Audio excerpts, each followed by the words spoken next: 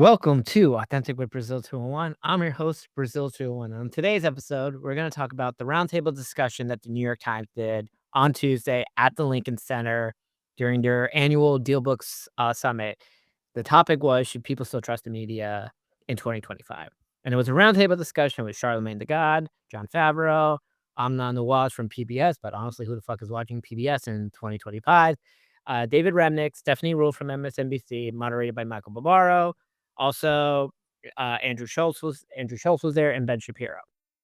They debated whether people should still trust the news. And important thing that Charlemagne says right off the top is trust the media that earns your trust. And I think this goes beyond that to podcasts or your favorite personality. I'll do an example. I work in the television industry. I see a lot of shows. I first of all, I have award show votes. Very honest with what I'm going to vote for and who I will vote for, and I explain why because I think having that type of transparency is healthy, so people know where you stand on everything. And in regards to that, I'm always honest if I know someone who like worked on the show, my opinion on that. If I saw it early, provided the NDA is up because obviously there's legal aspects to all of this.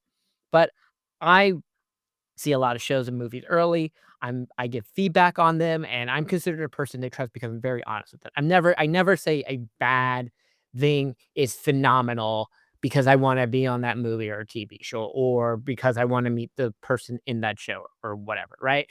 I think a good example of this right now is, like, Wicked for Good. Now, it seems to be a divide. A lot of people do not like Wicked for Good. I very much I enjoy Wicked for Good. I'm very honest that the songs outside for Good are not it. I kind of enjoy, Dorothy being a villain. I understand a lot of people don't, but I explain why I like Wicked and why I ranked it very high. Now, I have not done the finalized version of the ballot yet. Will I keep Wicked at 2? Probably not. If But still, I'm very honest that things will fluctuate and move, okay? Because people trust my opinion, very much so, and maybe not so much on politics, but even within politics, I'm very honest where I stand on a lot of issues, right? That with the shows, I'm like, "Look, full transparency, this is where I stand, this is what I believe." People trust my opinion when it comes to TV shows and movies because I've never said, I'm like, "Look, I understand you may not like it, but I very much did. This is why." And I can explain it because I think there's a type of authenticity to this. Which then comes, they go straight into the first thing, right? Because Stephanie and Michael, and I wanna say Remnick, are very angry that the podcast people are considered more trustworthy or have bigger audiences than their audience, right? We all know this. CNN, MSNBC. By the way, let's even get into the MSNBC aspect of it all. It is funny because, as you know, it's no longer called that. It's called MS Now, and I think calling it multiple sclerosis now is incredibly idiotic. And the little hostage videos that the MSNBC, and I'm not gonna call it fucking MS Now. The name is stupid, but the MSNBC people who did the hostage video when the name change happened was very similar to what ESPN was doing when YouTube TV pulled off ESPN from their channels. Like, it seemed very forced and like, "Yeah, we like it," and people can tell, like, people have watched enough television and movies now that they can tell when somebody is lying, which I understand. Everyone's like, "Donald Trump lies all the time," or whatever. Donald Trump believes what he says. This is what people do not understand. The statement may be a lie, but Donald Trump believes in what he says, and I think this is the distinction a lotta the activist class and the journalist class still do not understand at all. So, they get into the Biden debate, right? And this is something that even Charlamagne mentioned. If you were a normal person in America, sometime in 2022, Biden was always old and slow. That was obvious. But sometime in 2022, it became very clear, like, is he sick? Is he okay? And the overall outside and Fox News maybe overplayed it that Biden is a brain dead, person who's clearly, like, ill or whatever, and that eventually, ironically, did became true, as we all saw in the 2024 debate where it looked like that man is about to die, right? But the attack from, like, The View and MSNBC and most of CNN that if you dare say Biden is slowing down or not mentally fine, you were a bad person, you were ageist, and so on and so on. despite the fact, "Don't believe your lying eyes," and then the debate happened, and everyone's like, "Oh my god, we can't," and this is what people meant by the quote, unquote, "cover up," is that people were not honest with what they were seeing because they wanted access to the White House or whatever, and for all that hate you can give Trump, I am not a Trump person, but the way the ginger with the ba and we still see there are people, by the way, even before we get it, it's 2026, I mean, 2025, people are still defending Joe Biden today, saying he was mentally fine and all of it, like the stupid lady who replaced the ginger with the bad spray tan after she went to MSNBC was like, "As a black gay woman, how dare you say Joe Biden is not mentally fine? He's the greatest man ever," or whatever bullshit, and everyone just thinks that woman's a fucking idiot, as she is, right? And look, I this is also part of just don't apologize. Be honest with where you said. You should only apologize if you actually bump into someone, etcetera, right? Is look, it is just quite interesting on that part, but the whole Biden aspect of it. And then the whole thing is, does the legacy media matter? And I think, was it Ben Shapiro makes a very valid point at the top where he talks about, did Trump kill the legacy media or is he just the coroner, not the killer? That the media like lost credibility with the American people far before Trump presidency. And I think that's true because pre 2016, yes, we don't have outside Rogan and Kevin Smith, we don't have, and Bill Simmons, we don't have the podcast things. But Trump is just like a press critic who called out the legacy media for pretending to be objective when they were partisan actors. And that's true. And Shapiro mentions that, look, he's like, I am a conservative, right? I will always be probably more favorable to right-leaning or, people than a leftist person, right? And I think just being honest about that makes it better. For all the hate Fox News gets, they are all like, admit we are Republicans and blah, blah, blah, blah, blah. MSNBC people, most who were Obama staffers or, Biden staffers, pretend that they're not Democrats, and that is the fucking issue. For all issues, like, look, I love seeing like, we'll go to CNN, for example. Caitlin Collins. By the way, was this now a decade of her, like, being, like, the key Trump person. I don't know her politics at all, and I think that's good. I have no idea if she's a Democrat or Republican or whatever. Do you get it? You're like, "Well, she's from Alabama. She's a hot white girl from Alabama, but she lives in New York or DC.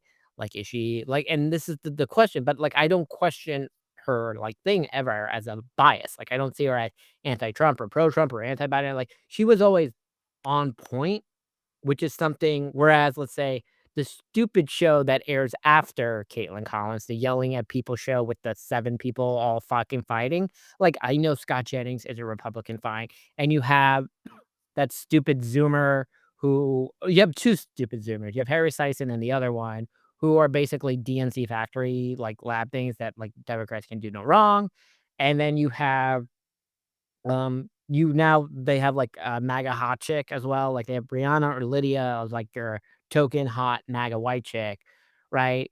So, at least, like, I know where they stand, but the host, I don't know where they stand, and I think if they were more honest about it, there could be some type of credibility because it's objectivity versus authenticity, right? And the conversation touched on the shifting landscapes where legacy media, like, were claiming to be neutral, it's challenged by, like, the new figures who are open about their biases, right?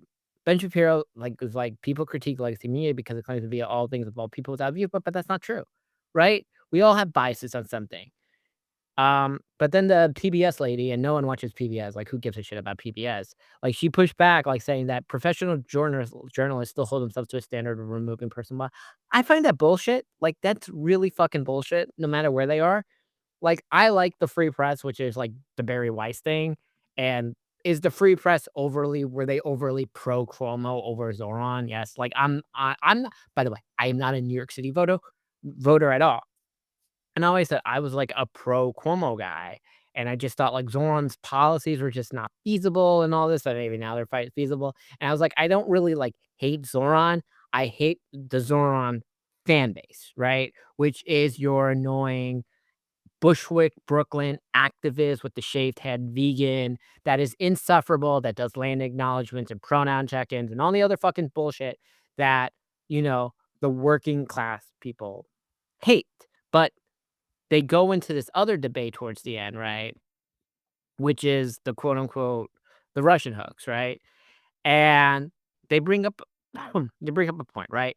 Is that Andrew Schultz states because Michael Barbaro is like upset at Andrew Schultz for saying, "How dare you say it's the Russian hoax or the Russian hoax or whatever?" But he brings up a point. Let's that none of these that Stephanie and all of them do not talk to real people, right? And I don't think a lot of like these activist people talk to real people. If you, we all watch Law and Order, right? So we know how a court works, right? They hear an indictment happen, right? But it got dismissed, right? Or it didn't go to trial, right? It never went to trial. It never, like, he was never found guilty on anything. I'm talking about in regards to Russia, not the stupid, the Stormy Daniels tax evasion shit that happened in New York, right? And Shapiro Brunches it right is very true, right? The overall theory is that Trump colluded with Russia to win the 2016 election. That is just fundamentally not true. Everyone at the table admits that is not true. That is not what happened. Did bad actors in Russia use fake bots to pump up algorithmic content, something that's still happening in 2024? Yes, but that is not Trump colluding with Russia. That is just the bot farms and social media on platforms that you can't do anything about. And they say, like, the average person says, "Okay, indictment, but didn't go to jail and got thrown out." That means, okay, not guilty, right? It is a hoax, right? That's just how the average person views it. And Stephanie and Michael and, what David Remnick are like, "How dare you say that?" Okay, I talk to real people, and, like, clearly they don't. The journalist class do not interact with normal people, and it's very true because you can see that they hate that Stephanie you can see the clear Stephanie and Michael hate that more people listen to Schultz and Charlemagne over them as the cable news industry is dying. As we already know, I'm a firm believer MS whatever multiple sclerosis now will not exist by the 28 election. I'm very sure about that. Assuming CNN, even if Netflix gets Warner Brothers or Paramount gets Warner either way, I'm almost certain CNN is gonna be a part of Paramount somehow because the split is happening, and it's clear Ellison wants to take control of CNN, and they can easily buy it for whatever, right? So I think CNN will exist and Fox News will exist until all the old people are dead. But this whole situation is, yeah, the media can't be trusted. You gotta trust people that earn your trust, okay? I'll give you a good example, and you wanna say Schultz and Charlemagne aren't, like, things I trust the Pod Save dorks. I don't like the Pod Save dorks.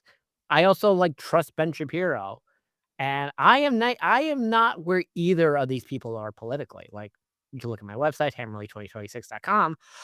I have both very democratic things, right, from a version of universal healthcare, not Medicare for all. I don't really think that's, like, the proper version to do universal healthcare, but also I'm very strict on crime, okay, strict on immigration. I want Ozempic for all, okay? I want AI regulations. You see that? I also do not want Netflix to own Warner Brothers Discovery. Well, okay, that is a massive monopoly and antitrust violation, okay? People trust me on my television things, right? This is just the thing. I do not trust anyone at MSNBC at all. I don't trust the fucking ginger with the bad spray tan. I don't trust Rachel Maddow. I don't trust, who else is even on that fucking show? Stephanie, I don't trust any of them because it's just true that their own biases and they don't interact with real people. Because even in the debate, they mentioned like in 2022, when all the illegals came to New York and actual New Yorkers, as we saw in the 24 election, were like, yo, there's too many illegal immigrants here. They're causing crime. The services are getting worse. We want them gone. But Rachel Maddow was on every day or whatever say, and the ginger were like, that's not true. You're racist. How dare you? Stephanie does admit that it's our fault. We should hear the concerns of people that are mad that their neighborhoods are transformed overnight, and calling them racist or whatever is bad. And this is how you lose elections, as well as, that the coverage for like deportations and all that are more sympathetic to immigrants and not the communities where were just dumped and flooded in. Okay. Many things can be true at the exact same time, right? Is that should people be sent to El Salvador, wherever the fuck Trump was sending them? Should the ICE agents be wearing masks? No. But do we need a proper um, interior enforcement system? Yes. Is the current way working? No. But is whatever Trump doing at the actual Mexico border working? Clearly, because apparently it's only been less than 100 people in what is almost 1 year of Trump 2.0 has snuck in at all. So clearly Biden had the ability to do that and didn't need that border bill that he was trying. Just for proof, which shows Biden was incompetent for a lot of reasons. Obviously, Joe Biden was an incompetent, awful president, and almost anything he did has already been repealed by Trump. So just for facts on this whole thing. And the fact that the people in the Biden White House won't ever admit who was the idiot leading the immigration thing, saying, "Oh, we should just lift all the Trump policies and whatever was doing was working," hasn't been like said, just so this person never works in any future Democratic thing. Do you see the problem here? And look, I state my biases. Let me go through all the people I believe in for 2026 candidates, right? Across the board for that. I like Mallory McMorrow over the 2 people running in Michigan. I like Graham Plattner in Maine. I like James Tallarico in Texas. I like Angie Craig in Minnesota. I like myself in New Jersey. Who else? What other races we got here? I like Pelota if she runs in Alaska. Do you see that? I'm very honest about who I like for that. And by the way, all these people are not the same type of Democrat, okay? Are Mallory and Angie more similar? Is Plattner at all similar to Mallory? Not at all, by the way. You see that? Is Tallarico at all like Plattner? No. Is Pelota at all like Mallory and Tallarico? No. Okay. Or Brown and Cooper. I like, by the way, Sherrod Brown and Cooper in North Carolina and Ohio, respectively, right? I like people of all things because I think they're all true to who they are on the thing. But will I ever want, like, as I said, if you're a fucking candidate with pronouns in your bio and you say defund the police, ever, I don't care if you walk the statement back, you're a cultural leftist, I'm always going to be fucking against you because I don't do woke activist politics. Okay? That's not my thing. The whole thing is I believe in the America First thing, but not in the way Trump does it, but we don't need to be funding Israel weapons or rebuilding Palestine or Argentinian beef or funding Ukraine for their war. That is not our job. There are parts of America that are absolutely devastated, that look like a third world country, but we will never know that because let's be real, the media class doesn't care about a rural town in Missouri or Mississippi, or if when they do, it's only in election time, right? We can be very honest about that across the board. Look, I am in New Jersey. Am I going to pretend I give a shit about what's happening in the Middle East or Staten Island? No, I care what's happening, by the way, just in Jersey City or Hudson County. Or I guess, like, if I'm running for Senate, all of New Jersey. I understand that, Camden and Trenton and Irvington and Patterson are consistently ranked in like somewhere between the top 10 to top, depending on the thing, of the worst cities in America crime wise, right? I'm also very honest. Jersey City public schools are fucking trash. They rank at the bottom of the list with Newark, Trenton, and Camden, right? These are honest things. And people yell at you, how dare you? It's a racial thing. It's a poverty thing. It's blah, blah, blah, blah, blah. Like, if you can't, like, just ignore that, just be honest to who you are. And people are going to be okay with that. Don't apologize for anything. Okay. Which is why I kind of like that Plattner pulled through. And it looks like, according to Poly Market, it seems Plattner's going to win, which is great. It seems Mallory's going to win. Texas, listen, what's her name? Crockett has every right to run for Senate. Crockett ain't my type of fucking candidate. Tarico is, right? And there you go. I don't like that the lady who was in Tennessee. She was like the definition of my God, like a Bushwick activist come to life. I'm like, God, no. Right. And that's just the realities of the thing. So you can't trust the media at all. You got to trust the media that earns your trust. And Fox News, like, or specifically, like, I trust Caitlin Collins no matter what. I do not trust anyone in MSNBC. And on the Fox News sector, on the Fox News, is there anyone like I trust at Fox News? Not really. Like, I trust Lydia Monahan, right? But she's like at the New York Post or whatever, and that's really it across the board. Like, I do trust the Pod Save dorks. Okay. Now, they're more on they were a lot very honest after the election that we have to stop being more activisty language and all that. People are mad about that. We have to, just shunning people for liking Barstool or Rogan or Theo Von or whatever is bad. This is how you need these people to win elections. But also Shapiro was very honest about the problem with anti-Semitism. Anti-Semitism is rising on both the right and left. Now, the versions of anti-Semitism in the Democratic Party and the Republican Party are very different. But the Democratic Party is just like anti-Semitism is only on the right, and on the right, they're like It's just Nick Fuentes and crazy leftists, right? And Shapiro's like, "Look, the Fuentes thing is real, and this is about the battle for the '28 election." He's like, "I don't this idea that the next nominee just inherits the previous coalition is bullshit. There's no way that JD Vance does as well as Trump does all the way." And the whole thing is that, the study came out that 40% of the under 60, like under 60, yeah, 40% of the not 40% of the under 30 Republican people working like various things are of the Nick Fuentes variety, which has blew up in the post Charlie Kirk world. And saying everything is anti-Semitism has made the word lose value.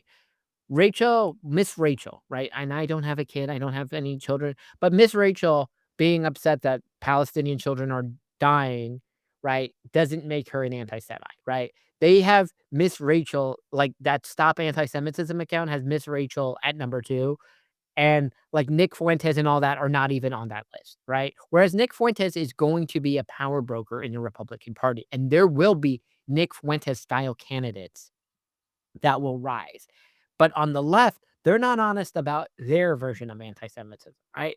And I can separate Israel from Judaism. I understand that. But as I see in New York, there are people who are just protesting outside Jewish owned businesses or synagogues or the Israeli the hospital with the Israel name up on like upper on what is it?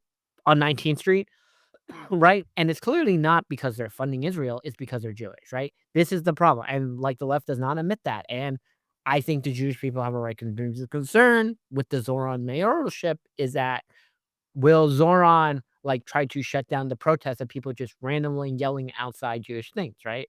This is the situation. That is a valid fucking concern, but there is a rise of anti-Semitism from the younger than 20, under 26 in both parties. And if you can't admit that, you're an idiot because you're probably the same person who say Joe Biden is mentally fine or whatever, or that, you know, illegals didn't flood the cities in 2022 or the economy is fine when, everybody was saying in 2023 and 2024 the economy is bad, but like MSNBC was saying, well, not really. If you look at these statistics, the company is fine. By the way, now the same thing are like the economy is bad in 2025. By the way, yes, the economy was bad in 2023, 2024, and 2025. Now, is it bad for me? No, but is it bad for most people? Yes. Do you see how easy it is to be honest about the situation? Okay. But either way, watch the video. It's very fascinating. It's funny just to see how out of touch Stephanie and Michael are because it's once again going back to the Russian hoax situation, right? The average person sees no guilty verdict, no indictment. It's a hoax. That is how the average real person sees. So stop thinking, once again, this is a country that only will hit a ceiling of 42% college graduated. That means finishing the 4-year degree. You are not talking to the 60 or 50 the 55 to 62% of people who do not care about these nuanced arguments that, well, this and this happened, the story is real, blah, blah, blah. Do you see how that works? It's the same people who get mad when people bitch about the pronoun shit. They're like, "Well, you have pronouns in your bio." When you damn well know it's the bullshit pronoun introductory or the idiots who are like, "Thanksgiving is a genocidal holiday. We should not celebrate it. Land acknowledgement now. Give back stolen land," and all the type of other bullshit people hate. This is what people mean, okay? Now, do I expect quote like a woke type annoying self-righteous bush like vegan leftist ever to like no, and I'm not trying to do that. I don't care about these people, okay? Fact of the matter. Fun video. There you go.